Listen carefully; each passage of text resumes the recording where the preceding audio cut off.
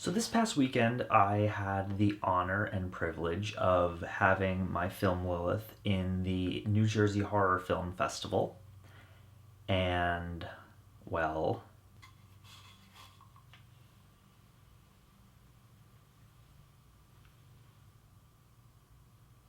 we won Best Feature. This is a huge honor for a ton of reasons, not only because we were up against a bunch of really, really excellent films, but also because it's the first ever award we won, and we won it for Best Feature Film, which is mind-blowingly cool. And I do want to take this time to congratulate all the other filmmakers who entered into the festival and who really gave it their all and made some excellent movies. And I also want to thank the Saska sisters for presenting the award and being just so damn congratulatory and supportive. It was awesome. The whole con was great. And I want to thank everybody who came out to see our little film and like it. Because, wow, this is a crazy huge honor, and it still hasn't quite sunk in yet. Okay, now all the fun stuff's out of the way, let's talk about some garbage.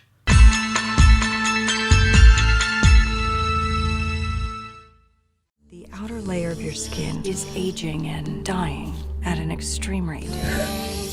Now I can crumble it off like dried leaves. Replace is directed by Norbert Keel, and it stars Rebecca Forsyth as Kira, a young girl whose skin is rapidly drying and decaying, and she discovers that she can replace her dying skin with other people's skin in order to stay young and beautiful. And it takes place in a world where everyone's skin is so easily removable it might as well be taffy. I'll start by saying I've been waiting for this movie for a while. I saw a trailer back in 2017, and I thought it looked awesome. It's a great concept for a movie, and the trailer was really well made. So I was super excited for it. 2017 came and went, and nothing. 2018 came and went, and nothing.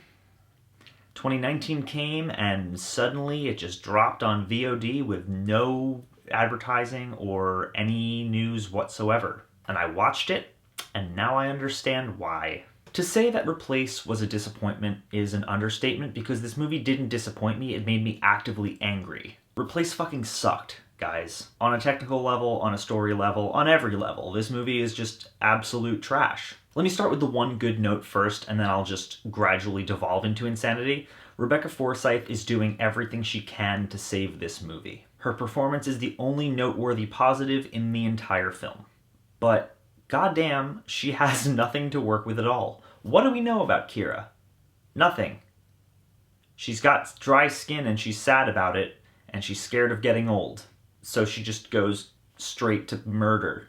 And make no mistake, her performance is not the problem here. It's the fucking script and the plot, because it's all complete nonsense. It's the kind of screenplay that feels like it was written by aliens. Characters just narrate their own inner thoughts out loud to nobody, saying things like, "She hung up on me," or, "Oh man, that's nasty," while looking at a flayed body in a room alone. It feels like a movie that's trying to be an art film, despite the fact that the director had no idea how to make an art film. What the fuck is the lighting in this movie? I can't tell if everything is overexposed or they just slapped a really gross Gaussian blur filter over the entire movie. Either way, it's really fucking ugly. It's absolutely gross to look at, and I'm not talking about the halfway decent practical effects, most of which are hidden under really gross, harsh lighting, and I assume that was intentional so that they could hide all the details, but man, it is not pretty to look at all.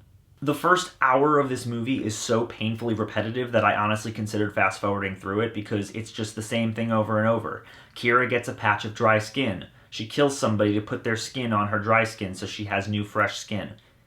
Rinse and repeat. For an hour.